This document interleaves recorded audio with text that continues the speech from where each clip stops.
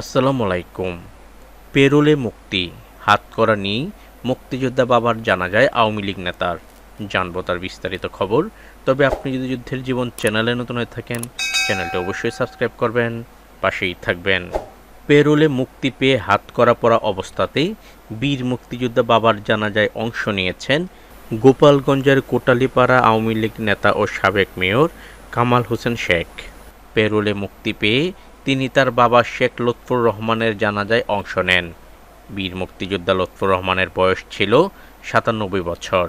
পরে রাতেই তাকে গাজীপুরের কাশিমপুর কেন্দ্রীয় কারাগারে পাঠানো হয়। লুৎফর রহমান শুক্রবার গভীর রাত ২:৩০টায় বার্ধক্যজনিত কারণে পৌরসভার ডহরপাড়া গ্রামের বাসভবনে মারা যান। তিনি কোটালীপাড়া পৌর আওয়ামী লীগের সাবেক সভাপতি এবং উপজেলা মুক্তিযোদ্ধা কমান্ডো কাউন্সিলের কমান্ডার ছিলেন। এছাড়া তিনি কোটালীপাড়া শাহানা রশিদ বালিকা উচ্চ বিদ্যালয়ের সাবেক সভাপতি ছিলেন।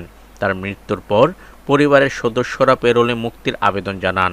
তখন উপজেলা আওয়ামী লীগের যুগ্ম সাধারণ সম্পাদক এবং কোটালীপাড়া পৌরসভার সাবেক মেয়র কামাল হোসেন শেখকে ৮ ঘন্টার জন্য পেরোলে মুক্তি দেওয়া হয়। কড়া নিরাপত্তার মধ্য দিয়ে পুলিশের একটি প্রিজন ভ্যানে তাকে বাড়ি নিয়ে আসা হয়। প্রিজন ভ্যান থেকে নেমে বাবার মরদেহ দেখে তিনি কান্নায় ভেঙে পড়েন। তখন সেখানে অনেক বীর মুক্তিযোদ্ধার আগমনে এক শোকাবহ পরিবেশ তৈরি হয়। মধ্যরাতের দিকে কোটালীপাড়া পৌর ভবনের মাঠে জানাজায় তিনি সমবেত লোকদের উদ্দেশ্যে তার বাবার জন্য দোয়া করার আহ্বান জানান। জানাজা শেষে পৌর এলাকার কয়খা পঞ্চপল্লী কবরস্থানে বীর মুক্তিযোদ্ধা শেখ লুৎফর রহমানকে দাফন করা হয়। পরে রাতেই কামাল হোসেন শেখকে আবার গাজীপুরে নিয়ে যাওয়া হয়।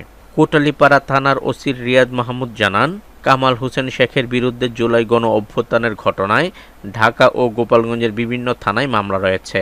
তো আজ এ পর্যন্তই, দেখা হবে অন্য এক নতুন ভিডিওতে। ততক্ষণ পর্যন্ত সবাই ভালো থাকবেন, সুস্থ থাকবেন। আল্লাহ হাফেজ।